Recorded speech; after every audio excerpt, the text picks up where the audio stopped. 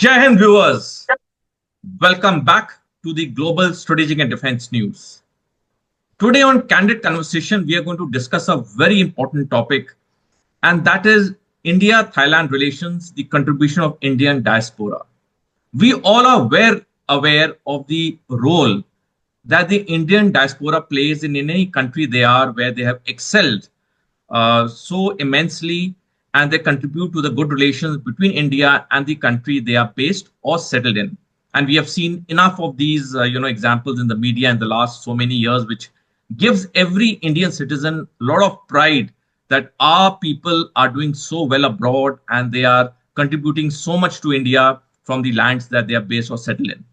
So today, the topic, like I said, is between India and Thailand relations. And we have a very eminent personality who has paid her very valuable time to come on Global Strategic Defense News to speak on this very crucial topic.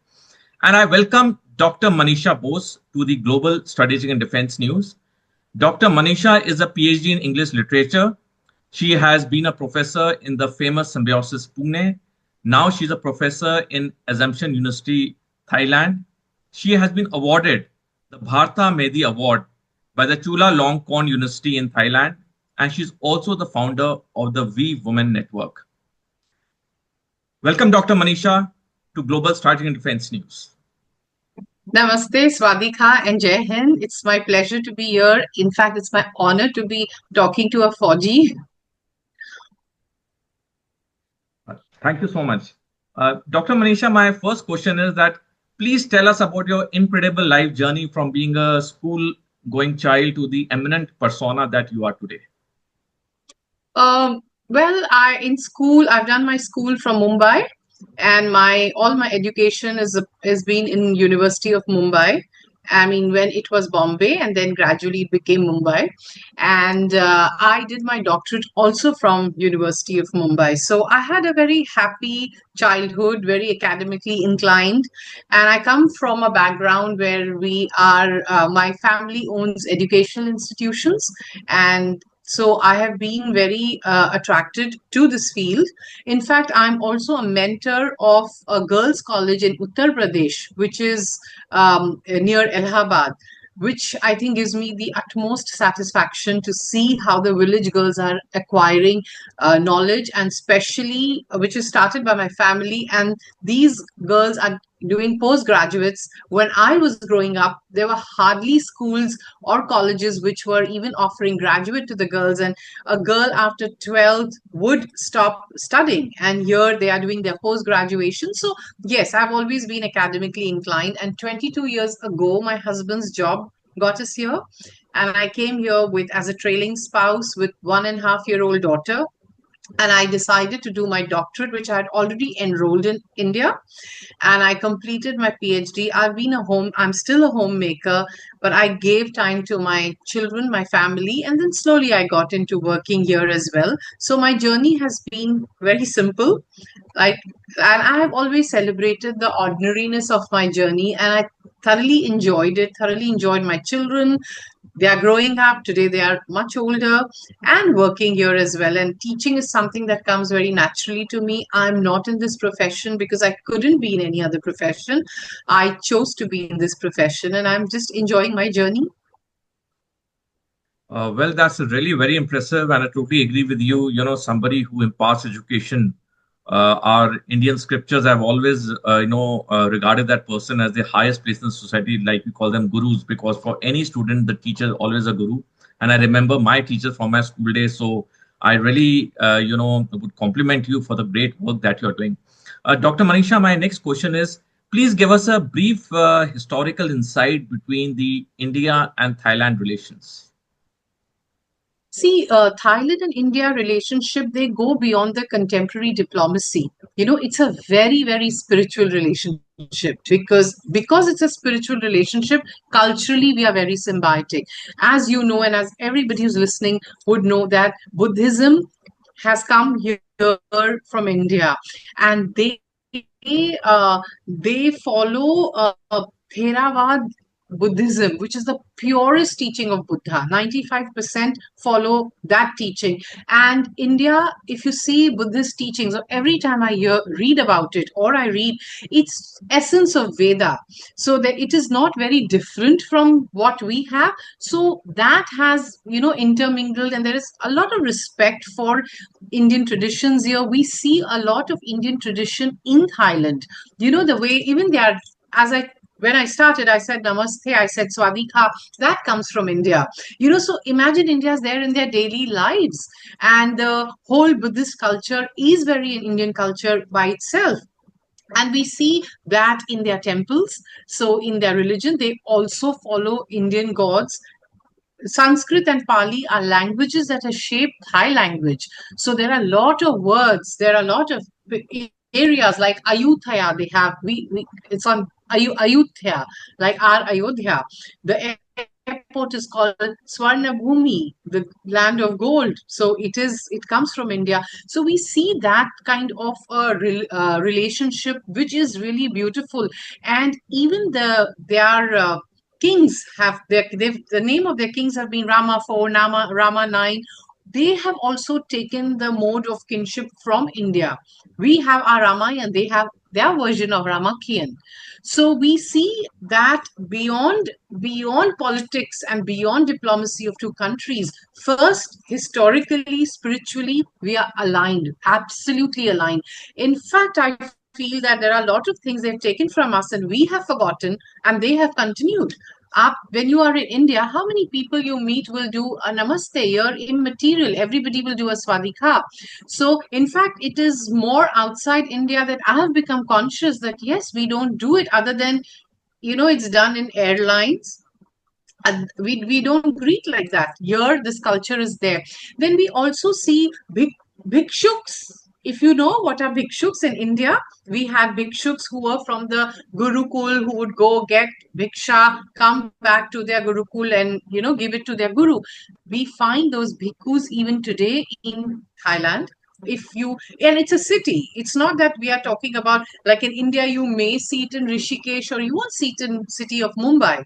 But Thailand is like Mumbai, and in the morning, 5:30, if you go, you will see monks walking, and people are giving alms to the monks, and they carry their big thing and they take the monks. So these are very, very small things where we see the culture is really ingrained. Most Indian temples you will find Buddhist visiting. I know of priests here. They say that more than Indian diaspora, it's the Buddhist who invite us. I mean, these pundits who are here are also contribution of Indian diaspora. It's the Indian diaspora who sponsored them to come here most of the time, so that they can keep their culture alive. And they are very well used by the locals who believe in the tradition of India. So we see a lot of intermingling of the cultures, and that I think is the essence. And then comes the diplomacy. So I'm sure it's that when you have touch points, then diplomacy also becomes more easy to strengthen the bonds. We have ASEAN, we have Thailand and India are part of ASEAN, they're part of BIMSTEC. Our prime minister was here. So in his tenure, twice he has visited Thailand. So it itself shows how important and strategically important Thailand is. Our defense minister has come here maybe 3 times or 4 times since he has been, on the chair. So yes, India and Thailand are doing very well. And I would give all the credit to the spiritual connect that we have with each other. Well, that was very insightful, and I totally agree with you that when there's people-to-people contact, the relations between two nations become more stronger. And connected with this, my next question, Dr. Manisha, is what has been the contribution of the Indian diaspora in Thailand in strengthening the India-Thailand ties? Okay. Now you must have observed that Indian diaspora is very vibrant wherever they are. They are vibrant. They are the ones who are real ambassadors of India. They are dealing and dealing with Thai people every day. So we have a huge Indian diaspora community. There are many associations within the diaspora as well. And they, like we have Durga Puja that is celebrated. Now Ganesh festival is going on. So we have Ganesh festival celebrated. And Thais have also started, celebrating it with the same pomp and glory. And Indian diaspora, because their presence has been so potent, they have now official Diwali and Holi celebrated by the Thai people. So it's all contribution of individuals, Indian and diaspora level, where they kind of, attracted all these things and have made it to here. Also, the Indian diaspora, we have the trade, so a lot of jewelry trade, textile, IT, academic field. And I'm from academic field, and I know that, I have always felt and seen, especially at the higher level, a huge regard for Indian scholars or Indian teachers. I've seen it with all senior people. And there were times when international schools were not there in Thailand. Everybody sent their children to India to get education done. So academically, definitely, we have a lot of respect. So overall, I think the Indian diaspora is flourishing, doing very well. No, I'm not being assertive. And the best part is it's not they versus the Thais. It's together. It's very symbiotic. And Thais, they love our tradition. They also, Indian food is becoming very, very popular, not just within diaspora, but even the Thai people are experimenting with it. And also, I must say that Indian embassy is, of course, doing a good job, but Indian diaspora is gives them complete hand. Youth support Indian diaspora gives for Indian embassy to do what they are doing. So Indian embassy is also has a very good relationship, not just with the locals, but also the Indian diaspora. So I think Indian diaspora has contributed a lot, not only to the economy of Thailand, but also in bridging the Thai-Indian relationship. Absolutely, I totally agree with you. The kind of good points that you made clearly show the important role that the Indian diaspora is playing in Thailand in strengthening the relation between the two countries. And like you also rightly said, all over the world, the diaspora is doing phenomenally well. They are making India proud, and also it gives us immense happiness to see our own people excelling so well and contributing to India's growth, whether economically or diplomatically, from the countries that they are in. Dr. Manisha, my next question is, please tell us about the We Women network that you have set up. I mean, what made you set up this initiative and what are your goals? So please tell us about it. Okay, so I came here as a trailing spouse. Most women from Indian diaspora, they are not the ones who come with the job and their husbands follow. It is always the women who follow their husbands because they are the ones who come with a job here, and they follow because this is also beauty of our Indian marriages, where to keep a balance, we follow. And I always felt that while women followed, Indian women and Indian education system does produce very, very good women who are also highly educated. They come here, they're doctors, they're engineers, they give everything to their family. And then, there is certain intellectual aspirations which I feel doesn't get fulfilled. And so they kind of want to, meet more people. See, in Thailand, what happens is you have amazing social circles. You have platforms where you can go and get yourself entertained. We Women Network is not a platform where you come for entertainment, but you come for knowledge exchange. So We Women Network gives a platform. Once a month, we have something called Free Sisterhood Saturday, and women come here and they impart their knowledge.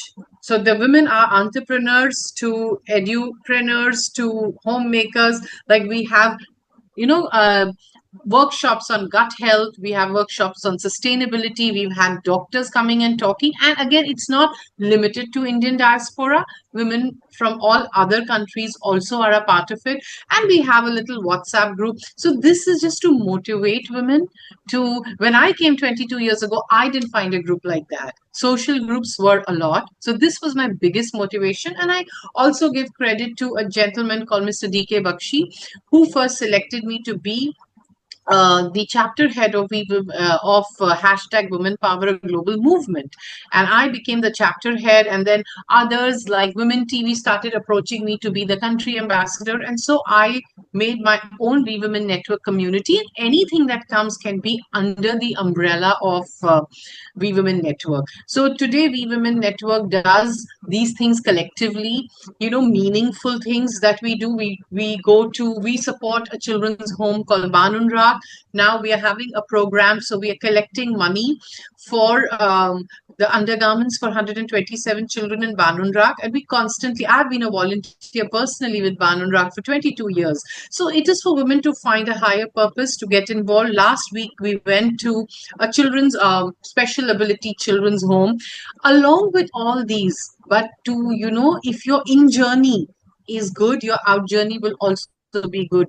Giving women those platforms where they are hungry for knowledge and they are so amazing.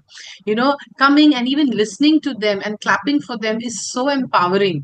So the whole idea is free knowledge exchange, and that is happening. And now we have a sponsor, Mr. Kothari, who has also sponsored a space for us, because we were struggling with the space and we couldn't get space. So he sponsored this place for us so that our struggle is less. So like that, it just started at a level where I wanted women to have a platform to meet, exchange, other than playing games and just having parties and dancing on Bollywood. This goes beyond that, and I'm very content so far where it has reached, and I just hope it continues. I've tried, so let's see. Well, that's indeed a very noble initiative, and the way you exchange, information, the way you empower women. I think it's a great, fantastic thing to do, and I'm sure that your organization that you have so nicely founded will grow in strength to strength. The best wishes of GSDN are always with you and your, this organization that you have built up.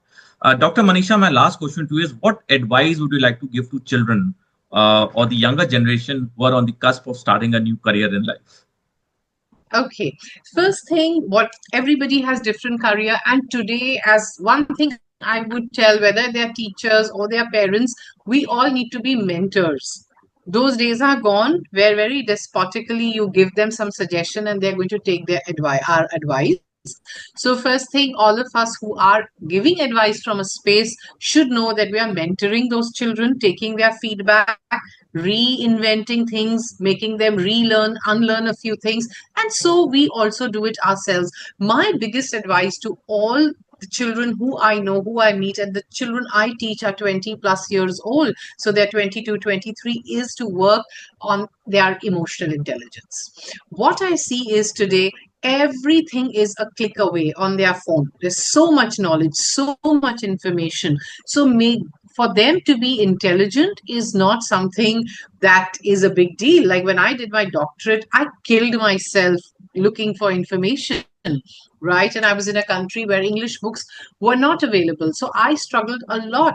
That time we didn't have, today everything is a click away. So you are all intelligent, but don't, and you are also not only using your intelligence, you're also using artificial intelligence to empower yourself to be intelligent. But you need to take care of your emotional intelligence to see what is important for you. You have to develop a sense of maturity to see if you're not killing your creativity with artificial intelligence, how emotionally you're reacting to your parents, to your teachers, how resilient you are. This is something children really need to focus on, and so the parents also. It's beyond degree. Everybody is intelligent, everybody can get a degree, but how are you going to use that degree? How are you going to navigate life, your work life, your personal relationship? It is emotional intelligence that is going to help you. So this is something they should be aware of, get into their in journey.